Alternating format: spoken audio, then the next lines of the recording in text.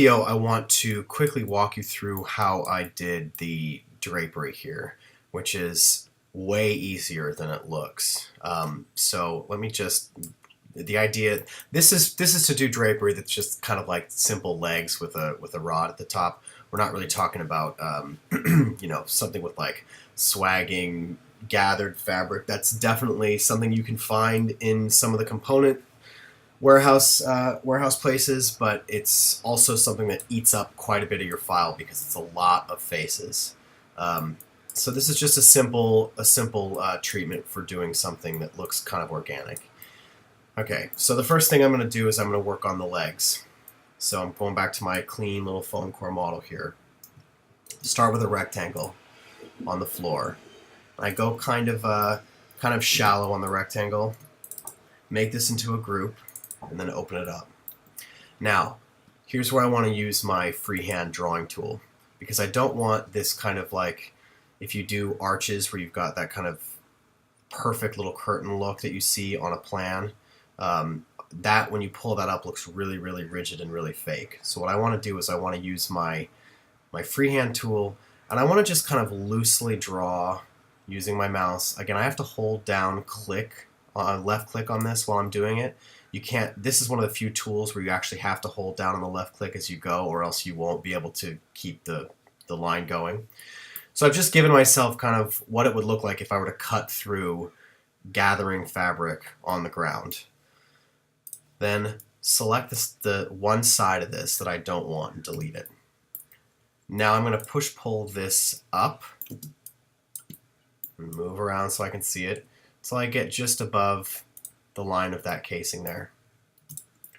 Now I don't need the back face or these lines on the top or the lines on the bottom. So I'm zooming in and I'm deleting that stuff. Okay, so that's curtain one. Let's go ahead and make this into a component and copy it over. So the first part's pretty simple. That's basically it. You just have to make a little shape and then bring it up into place. Go ahead and give this a color just so it's a little bit obvious. I'm going to edit this color too to make it a little sheer. Okay, so I'm just bringing the opacity down. All right, now the rod. On that opposite wall, I'm not even going to measure this. I mean, if I was really being very careful, I would, but I'm just using a circle, opening that circle up and pushing it through all the way across. And I'm going to come through this wall to see the other side so that I can push-pull this face over to about there. Now, I can either add some sort of a finial if I wanted to, or I can just, in this case, I'm just going to use my offset here to offset this out a little bit, and then push-pull that shape out. Then I'll select that, move, copy it over till I hit that other edge. Boom, just like that. So that's my big, giant, chunky little rod. Now I can just kind of focus on centering it up over the curtains. I might even want to bring it down into it just so I can see what I'm doing and then move it back. I can either bring it down and that's that. It's just attached like that, or I can make some really simple little rings here, which is what I'm going to do. So I'm just making a circle, offsetting it a little bit into itself.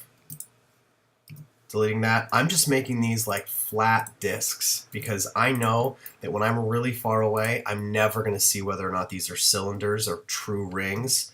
So I'm not really that worried about making these perfect. And now I'm just really focused on getting them in place and maybe scaling them up a little bit if needed.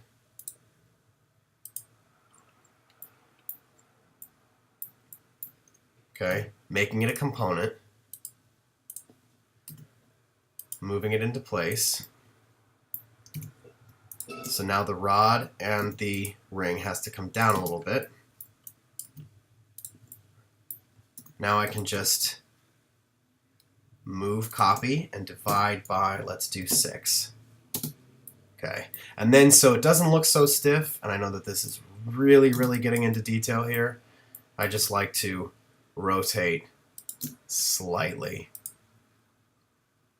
just a little bit, so that every few of them looks like they're just kind of slightly off. Again, this is kind of like crazy detail, but from afar I think it looks a little bit more convincing. When I do a serious rendering, I always like to try to get like just a little bit of reality into place, because that little extra step really psychologically, I think, makes the details look right. Okay, so I'm just going to select that now, that little group, make that into a group. Okay, and then right click and make that group into a component and move it along to that point.